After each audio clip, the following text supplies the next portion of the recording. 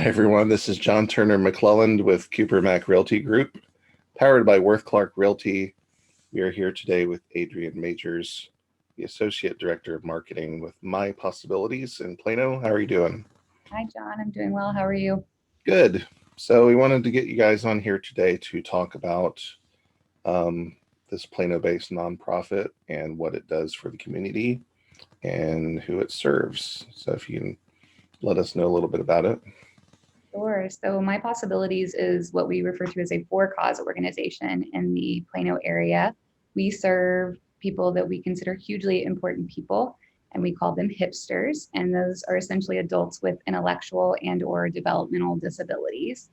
And we serve them in a variety of ways. So the initial idea in mind was to offer continuing education, which we do. However, we have built upon that over the years in offering vocational training, job placement, and job coaching to help our hipsters live more meaningful lives in their community. We also have a residential component where we purchased 178 acres of land in Garland, Texas. And we plan to build out homes starting at the end of this year with a private pay model, as well as being able to use some waiver funding for that. And that's to meet a huge need there for the aging population in terms of offering inclusive housing for those folks and health assistance when needed. And then we also partner with some for-profit organizations for impact businesses, which provide job opportunities as well as provide funds back to My Possibilities. And one of those that we have right now is called Soap Hope, which is an e-commerce soap store that employs hipsters and provides more funding for us. Cool. Sounds great. It's interesting that you guys bought that much land to build out something like that, and that you actually found it in Garland. So it's a defunct golf course, Okay. Eastern Hills, and it's been sitting vacant for quite some time. And we were really surprised and excited that when it was brought up for rezoning, that it was a unanimous decision to rezone for this purpose. And the idea is that we would build 300 homes. My Possibilities would own 100 of them. And then the other 200 would be available for purchase for anyone that wants to live in an inclusive community. Okay. So basically, it's going to be targeted for um, adults with intellectual disabilities and stuff. Or And correct, and some physical. So the idea is that they're all universally designed homes with that meet or exceed ADA compliance. okay, yeah, it's hard to find for a lot of people around here. They mostly have to refit the house, Mhm. especially if they're or if they're a group, even a group home. Which I've run into that situation myself, not personally, but I was on the board of a um, local government in Paloma Creek, and there was at least one um, owner who was trying to run a group home out of the single family unit. So even for them, they had, to install special sprinklers, Right. refit the, all the codes that normally just a regular house wouldn't have. It's something they don't think about, but Mhm. the need is usually greater than the supply. Absolutely, Especially absolutely. around here, it seems.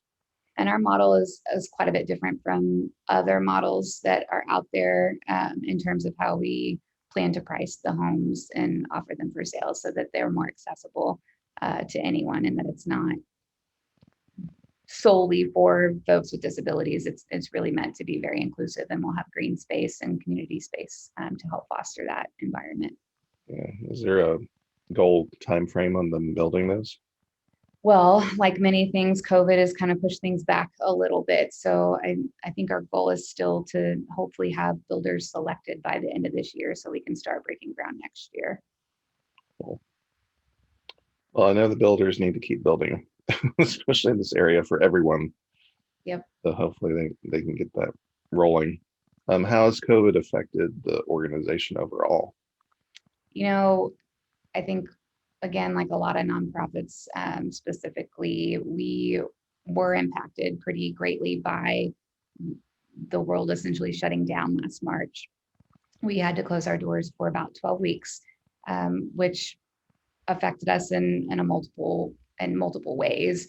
It was unfortunate because it disengaged our hipsters from being able to interact with their peers and with their instructors.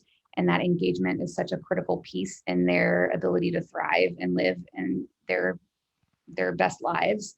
And on top of that, we also didn't receive funding for those 12 weeks that we were closed. So that created a financial gap for us that we then needed to adjust our messaging for the year and try and target more specific funding to help fill that gap.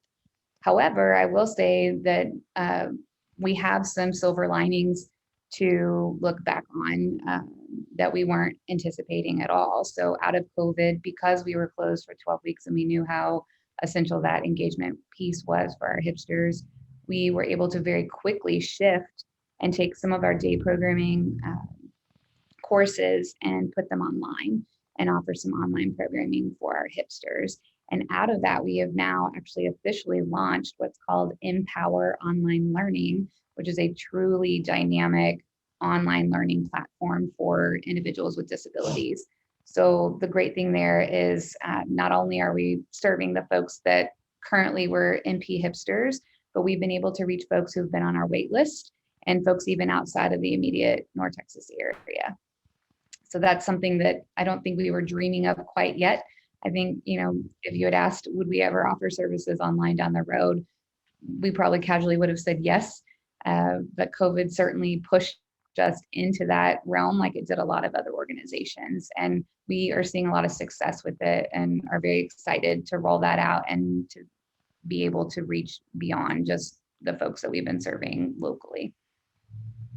Right. It's definitely pushed us all into especially like what we're doing right now on Zoom. Different ways of communicating and educating people. And I was going to ask that before you even brought it up. Were you doing more? I know you're doing the platform online, but is it more interactive like this with like Teams or Zoom or something like that? Yeah, so originally, like I said, our program team is incredible. And within the first 2 weeks of us being shut down, they were able to utilize things that were free and available that didn't need a lot of training. So they were doing closed groups on Facebook to allow our hipsters to get online and have this kind of face-to-face interaction through Facebook videos that our program instructors were hosting. And then they could comment back and forth. But obviously that's not a skill set that applies to all of our individuals since we serve a wide variety of diagnoses.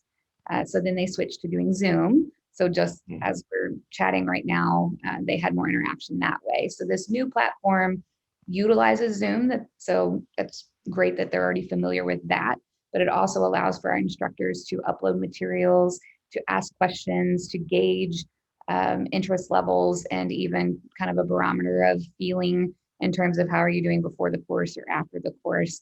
And it's a variety of ways to respond. So if someone wasn't capable or has trouble typing, they could answer in a video format, which I think is really pretty cool.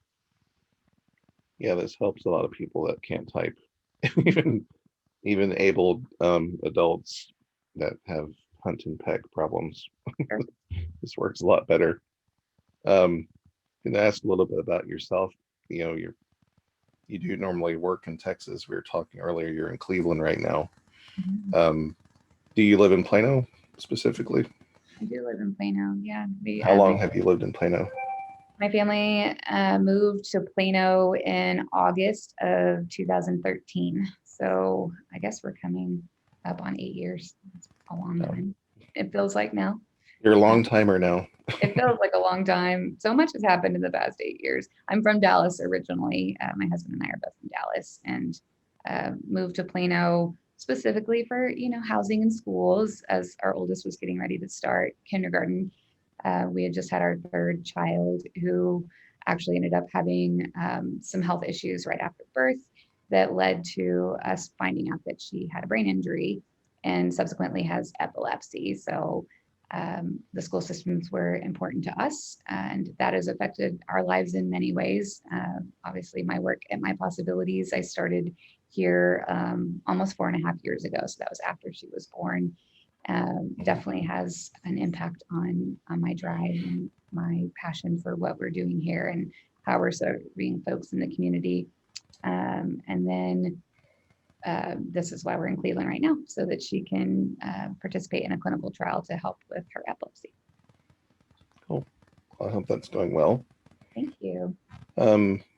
One thing I did want to ask, I was looking at the website and saw you guys had an athletic program as well, and had some Special Olympics athletes that you trained. We do. We refer to our Special Olympic athletes as hip stars. So a play off of our hipsters, and they do bocce ball, swimming, basketball, soccer. I don't think I'm missing anything. I could be missing something. Most notably, though, the soccer team is super jazzed right now because we have partnered with FC Dallas, and they just had a groundbreaking ceremony on our campus yesterday. So we have 20 acres of our campus in Plano. We have a 40,000 square foot building that's already built there on the campus right now, and then plans for our second building that hopefully will happen again next year. COVID pushed things back. But on the fields in between our campus and the North Texas Food Bank, FC Dallas has partnered with us to build a soccer pitch. So they had an official groundbreaking ceremony yesterday, and our hipster soccer athletes are super excited about being able to have their own fields to practice on. Glad they're doing that. Mm, Be all something to do there on the campus. Yeah, other than inside. absolutely. Well, tell the viewers how they can help My Possibilities, either if there's volunteering, donations, or anything like that. Absolutely. So we have a few events a year. Obviously, does look a little differently now, or look a little different now that COVID is still a real thing.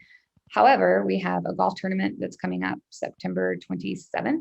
It's a Monday at Stonebriar Country Club for any golfers out there. We will do a full day, 2 courses. It's a great time. This is our 13th annual Hipster Golf Classic. We also have a gala in December. It's December 4th. That will be at the Hyatt in Dallas, downtown, the Hyatt Regency. And then in between there, we have North Texas Giving Day, which is a great opportunity for people to get involved from the comfort and safety of their homes. It's an online giving day. We'll be online, just bringing attention to all the programs that we offer through therapy services, vocational, the classes that we offer. And it'll be an opportunity to kind of see where those dollars go. On top of that, we do have a donation page on our website. It's mypossibilities.org/donate, where people can make monetary donations toward our general annual fund for our capital campaign, which is to help build out that second building, for the foundation, which helps support everything within My Possibilities. And then we do have various volunteer opportunities throughout the year as well. Again, those look a little different right now because of the pandemic. We're still, limiting the amount of visitors on campus. However, we have what we call days of service, where volunteer groups can come to the campus on a weekend and work on projects outside of the building or inside of the building when the students aren't necessarily on campus. Well, cool. Hopefully everyone will get involved in some way to help you all out after seeing this video. It was a pleasure talking to you today. I appreciate you showing up early for us to do this. Most of us don't know we're filming this very early in the morning. So we each had our caffeine before getting on here, and we're ready to go. And there it is. Thank you so much for the opportunity, John. We really appreciate it. Thanks, Adrienne. Again, this is John Turner-McClelland with Worth Clark Realty. Everyone have a great day. Thanks. Bye. Bye.